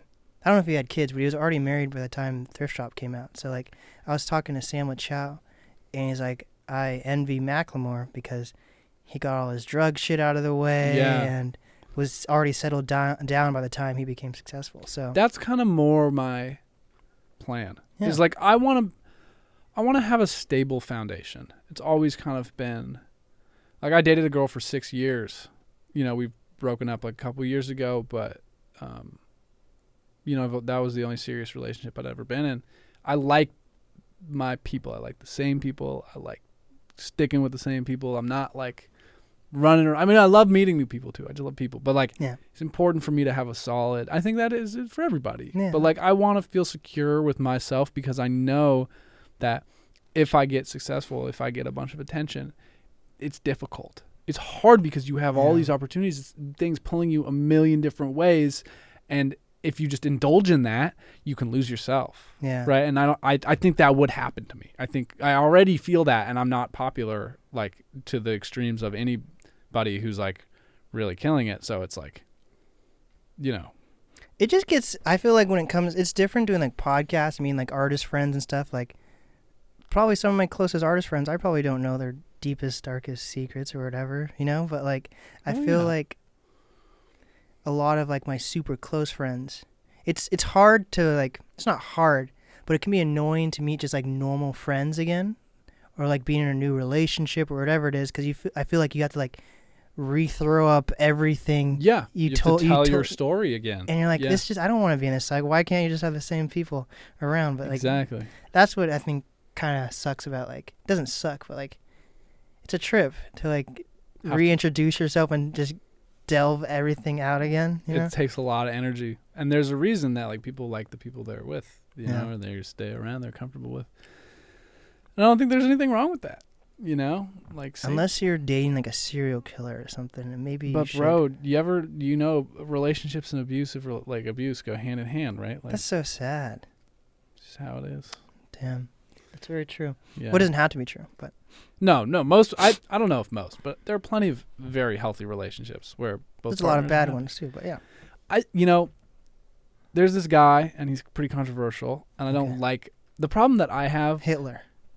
No. The problem I have when I bring up like a famous person who's kind of controversial is that I don't believe everything that this person says. I believe a very small percentage of the things that they say. Okay. But some of those things I think are interesting. Okay. And I think that when you talk, like when I mentioned Joe Rogan earlier, I'm not going to ride into battle for Joe Rogan. You know what I mean? I think he says a lot of dumbass, ignorant shit. But I also think that some of the stuff he says is interesting. Yeah, for sure. So there's like that. I feel like you get polarized based on like the people you bring up. And I just want to, anyway, so there's this guy. You say like Alex Jones or some shit. No, I've listened to Alex Jones once. I was like, poor guy, and moved on. Okay. But he's doing fine. He's fine. He'll be okay. No, there's a guy, Jordan Peterson. Okay, I've heard. You know Jordan Peterson? Yeah. Now he's a controversial guy. So why is it I've heard some of his stuff. I don't really know much about him, to be honest. Well, the girl that I dated for a while, she liked him, and I did too. We both liked him. He had a lot of but his values are generally a little more conservative. I forgot why I was bringing it up because I gave that whole pitch on like sandbagging. I was like sandbagging my own shit. What were we talking about? before that? Relationships and like meeting new people. Oh yeah, yes. So Jordan Peterson has this. He talked about this thing where it's like a good relationship is kind of like a little bit of butting heads, because like everybody has like a little bit of self-interest. I mean, everybody's very self-interested. At the end of the day, like you have to eat, you have to drink water, like you consume to survive, and it's the same thing all the way out to a certain extent, right? You can give, but at the end of the day, like I don't know, complicated. But relationships, you know, you like struggle with people you're really close with. Like it's easier to fight with them, right? Like, and I think that the problem is that everybody thinks that not everybody, but some people think that relationships are all rainbows, and of course they're not. And a big value of a relationship is the fact that you disagree and you have hard times. But for me, like the sticking through that is what makes a relationship valuable. It's not the like, it is the good times too, but it's like both, you know? And I think that when it makes it easier for me when I'm upset with somebody that I'm close with to remember like this is only happening because this is a super positive thing in my life. So like it gives me the patience to like make it through those hard times, and like I don't know, it just helps me to think that like that way. Well, when you look for a relationship, are you looking for someone who's normal or like an artist? I'm not looking for anything, man. Shit just happens. Yeah. You could be doing some parkour and you bump into some lady that's like just trying to walk her dog across the street. Exactly, like a little meet cute, like in the movies. Yeah. So that's my thoughts on like relationships. I think. What was your relationship with your family? Why'd you move out? Oh, it's a long story. Okay. But you don't have to tell it. I'm better for it, I feel like. Okay, you don't have to tell it now. That's fine. Yeah. After pod. Yeah. But yeah, I'm happy with every decision I've made. Yeah, that's surprising. Well, like happy meaning I feel like I'm better for it. Yeah. You know? Yeah. Like I don't regret. I don't know if I have any regretting decisions yet. I don't know. Like I think everything's. I like to think everything not to be like.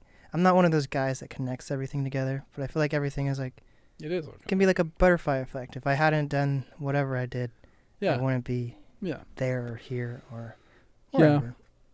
I think you learn a lot of valuable lessons from fucking up. So every time I've seriously fucked up, my life has gotten way better afterwards. So there we go. Yeah. There you go. That's the end right there. Yes, sir. This is what's the easiest way to reach you, Alex? Text me. His number is I don't know. Glitching dude. out. I guess DM me. Instagram DMs. That'll work. I don't know. This man left me on red and didn't realize until I saw him again in person. Exactly. Honestly, the best way to reach me, see me in person. Like pull up at the parkour park. No, dude. We go climbing at Stone Gardens in Seattle and Bellevue. If you ever climb there, there we go. We'll see. I'll see. I doubt anybody does it. There we go. This is fun.